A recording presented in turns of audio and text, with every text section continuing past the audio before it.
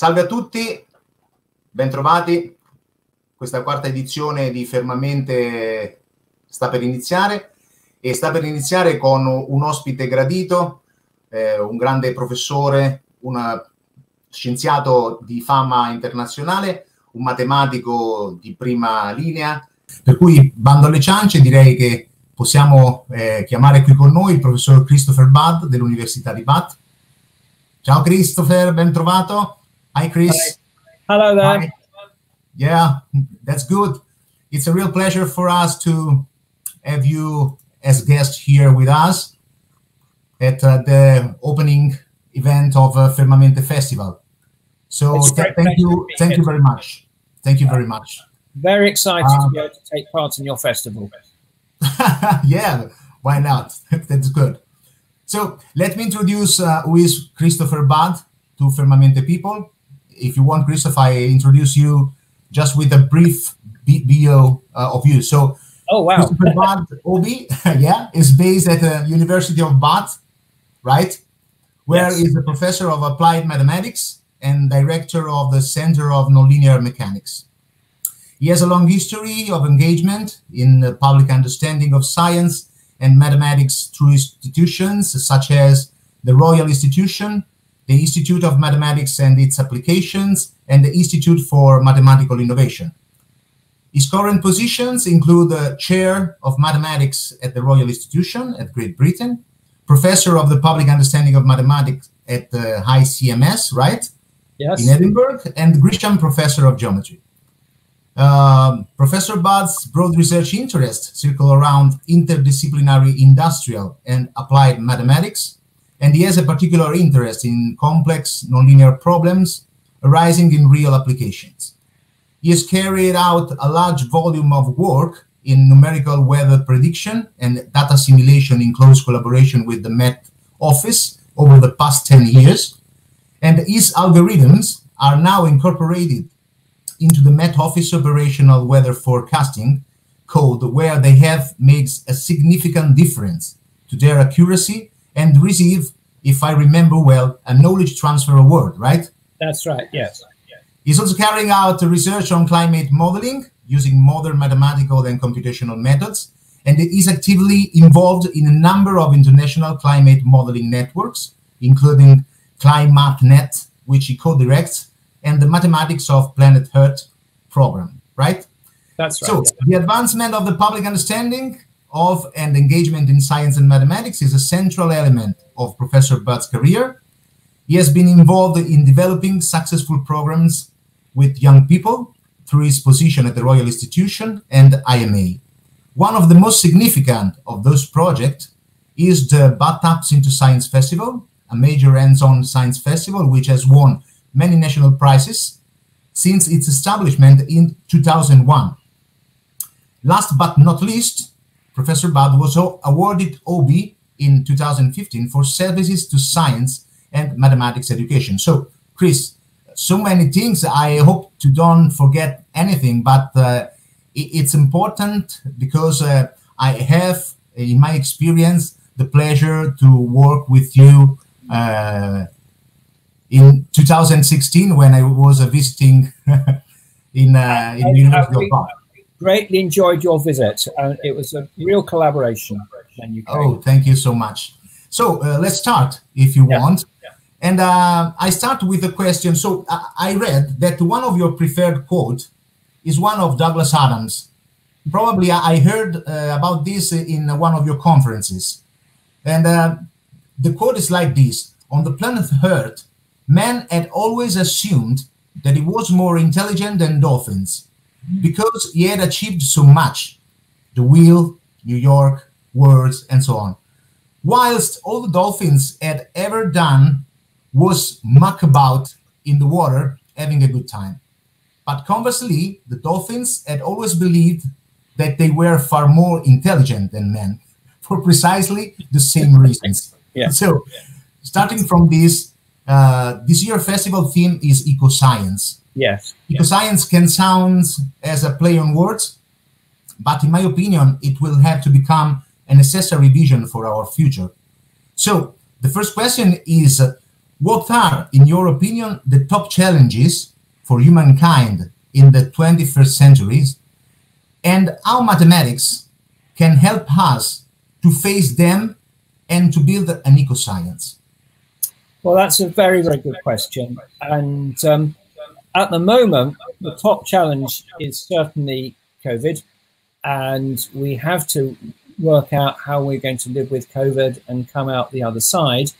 And that is kind of dominating everything, because COVID obviously affects not only our health, but also things like whether we can have enough food to feed ourselves. So at the moment, pretty well all of my work is looking at modeling COVID and using mathematical models to try to predict what's going to happen in the next few weeks and months.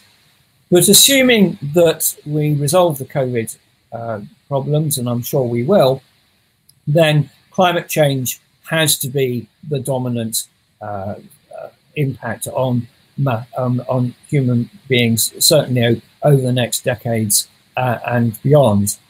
And climate change has so many impacts, it's hard to know where to start, but I would say that the primary impact it's going to have on humanity is the loss of our places where we can live, and also it will have a dominant effect on the food, whether we can produce enough food to feed ourselves. So I would say understanding the impact of climate change on humanity is absolutely crucial. And mathematics is really vital with this, because we need to be able to peer 10, 20, 30, 40 years into the future using the information we have at the moment. And really the only reliable way to do that is through the use of mathematically based and validated models. So that's where mathematics is important. It means that we can kind of look into the future and take actions now that we know will then have a beneficial effect in the future, and maybe stop doing things which we know will then have a harmful effect in the future. So your research and work is about climate models. How do they work and why they are so useful for us? So a climate model is a kind of representation of the climate on a computer so that you can use that to make predictions into the future. And what a model does is it starts with the laws of physics. So the way the climate works is that you have the sun providing energy which heats up the air and the oceans, and then the oceans and air circulate around, and you have ice forming and vegetation and carbon dioxide and many, many other things. So you need to understand the basic physics of how all these processes interact with each other. Once you've got that, you then need a ton of data which tells you what the Earth is doing at the moment, and probably you want to see how the Earth changed in its climate over the last 100 or maybe even longer period of time. And that data informs your model. It's what we call calibrates the model.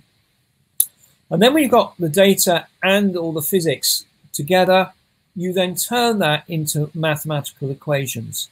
So you can write down an equation which tells you how the ocean will circulate. You can write down an equation which tells you how the atmosphere will move. You can write down an equation which says if you've got this amount of carbon dioxide in the atmosphere, that's how hot things will be. So you write down all those equations, and you have to write them down for everywhere in the Earth, which is a lot. So you end up with an awful lot of equations, far too many to be solved by a human being. So you take those equations and you put them onto a big supercomputer. And then the supercomputer solves the equations, and it makes predictions from those equations of what's going to happen over the next, say, 100 years. Now, on its own, you can't just do that on its own. You have to compare certain predictions against what you see in order to be able to test your model, to make sure that you got the physics right, that you've built everything in.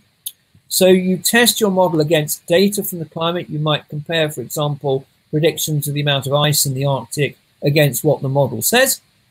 And if it doesn't agree, you probably need to change the model a bit or change the calibration. And you go through this continuous process of testing and evaluation until you have something you believe in. And at that point, you then have a predictive tool, something where you can ask that tool questions about what's going to happen in the future. So a model is exactly that. It's a representation of the climate which you can use to tell you what's going to happen next. Yeah, great. So just another question. And why is so difficult work with a model that can do the right answer? Because in this COVID situation, during this COVID situation, people claim that science have to have or must have all the answers, right? But it's not the truth, right? Science try to give answers. So what's your opinion? All models are approximations of reality. They have to be approximations in order to be able to do any sort of computation. So you're making approximations all the time. Also, you're never really sure what's going on. I mean, with COVID, there's an awful lot that we don't really understand about how the infection gets transmitted. So all models contain approximations within them. The question is, are they reliable? So when you use a model, we never give a single prediction. You always say, well, this is the level of uncertainty that you have in your prediction. Now, some people think, well, if you're saying something and it's uncertain, you don't know what you're talking about. But in practice, that's not what you mean. You can say, well, I'm pretty sure things like this are going to happen within a certain range. So with a climate model, we might say, well, if you continue pumping carbon dioxide into the atmosphere at the end of the century, we'll have between a 2-degree and a 4-degree rise in the overall temperature of the Earth. So that tells you the sort of level of uncertainty that you're having. You're not saying, I don't know what's happening. You're saying the temperature is going to rise, and I know it's going to rise within a certain range. And the same occurs with COVID. So the models at the onset of COVID in the UK, for example, were saying they're predicting around about 20,000 people will die in the first wave. In actual fact, about 40,000 people died.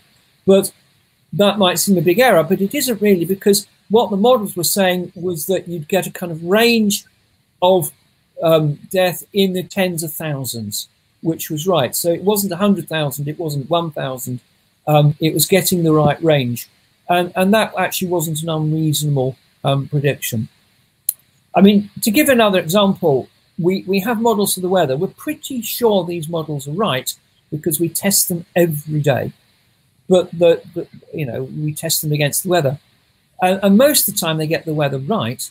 But the weather is such a complex system that sometimes things come in which simply you couldn't build in advance. And then you don't get the weather forecast right.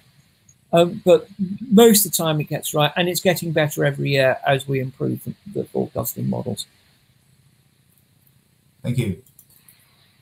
Another thing that I found interesting is that you strongly believe that knowledge exchange could be an answer to problem solving. Mm-hmm. You are part of several projects, one of which is VCAMs, right? Or VCAMs, I don't know what's the right pronunciation. VCAMs. VCAMs, so that's right. And what is about? Well, VCAMs. Why do you think it's always more needed, this transfer, exchange of knowledge, right? Well, let me tell you what VCAM stands for. VCAM stands for the Virtual Forum for Knowledge Exchange in the Mathematical Sciences. So everything has obviously gone virtual since COVID came. And what knowledge exchange is a twofold process. It's looking at problems in the real world and saying, how can I use the knowledge I have to solve those problems? That's one way. The other is looking at the problems in the world and saying, how can I generate new knowledge to solve those problems? And that's where the exchange comes from. And in another way of looking at it, I'm a mathematician. When I'm doing climate work, I have to work with meteorologists and people that know much, much more about the science than I do.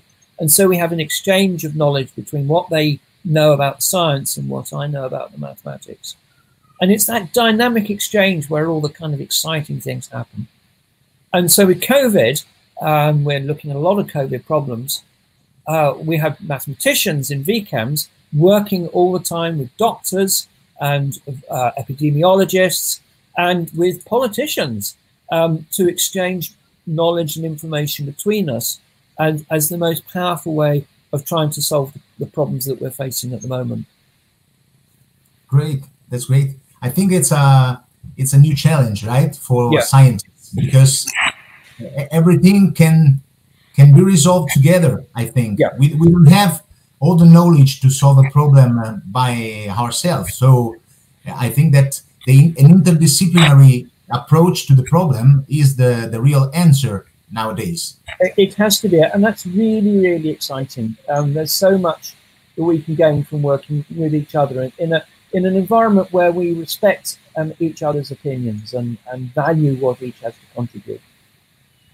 I totally agree. I totally agree in this.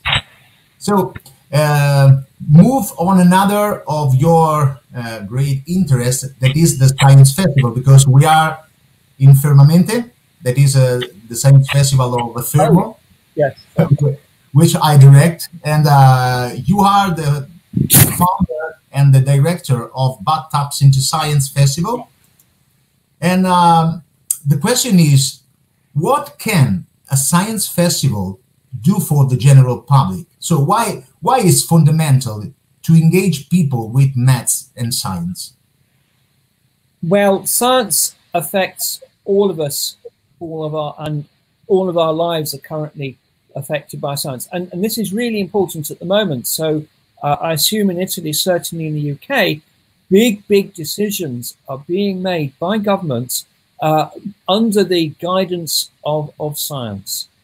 So, for example, going into lockdown in the UK was based on the advice to the government of the scientists in the UK. So if people's lives are being affected by science, it is right and proper that we give them an understanding of the scientific process and how those decisions are being made, and the limitations of science as well as its benefits. We owe it to everyone who's being affected by science. And obviously COVID is what's happening at the moment, but many other things like the changing in technology, the use of algorithms all around us to make decisions, climate, of course, we've touched on, and the way, for example, mathematics might be used in behind your credit card or your bank balance. I mean, these are massively important things. So it's very important people are informed.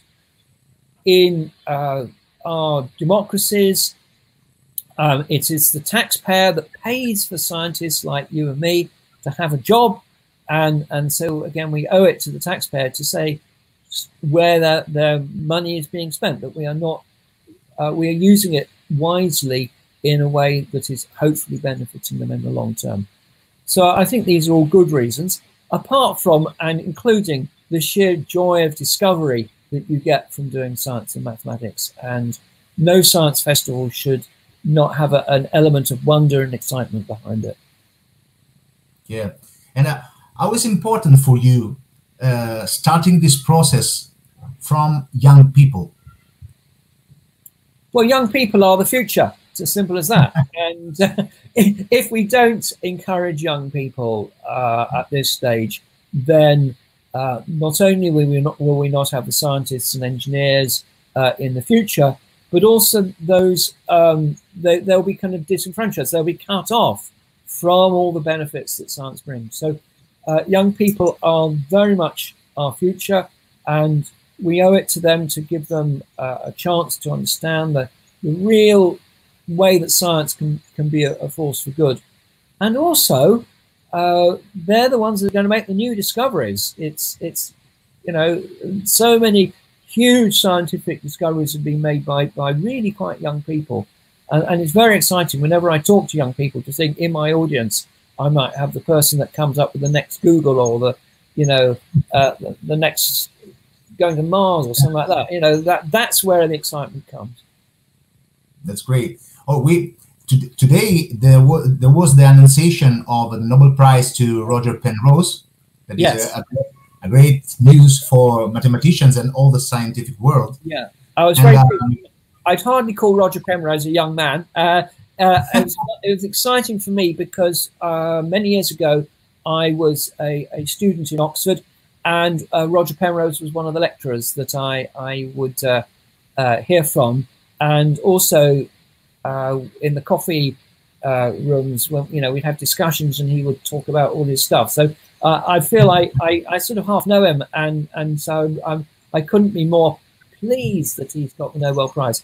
And he has also been a bit of a role model for me in the sense that he's a fantastic scientist and also a fantastic communicator of science, and absolutely brilliant. I think he is also a great model of interdisciplinarity. Yes, yeah. Right? Because his works spread out over several disciplines and fields in science. So we are at the end. We are at the end, Christoph. So the last question is: if you have to tell something to Fermhamente people that could be useful for their future from now on, and you can choose about 3 words that you can leave to them, what are the 3 words you suggest? My 3 words would be: lift yourself up. Lift yourself up. So often when you do science popularization, you're accused of dumbing science down to people. And I couldn't agree with that less. I think what we should be doing in the Science Festival is taking people and lifting them up so they can see the wonders of science and make a real difference as a result. Great. That's great. That's great. So thank you, Chris, for your presence. We are pleasure again to have you here with us. And I hope to have you as a guest next year in the next edition of Fermhamente. I look forward to coming.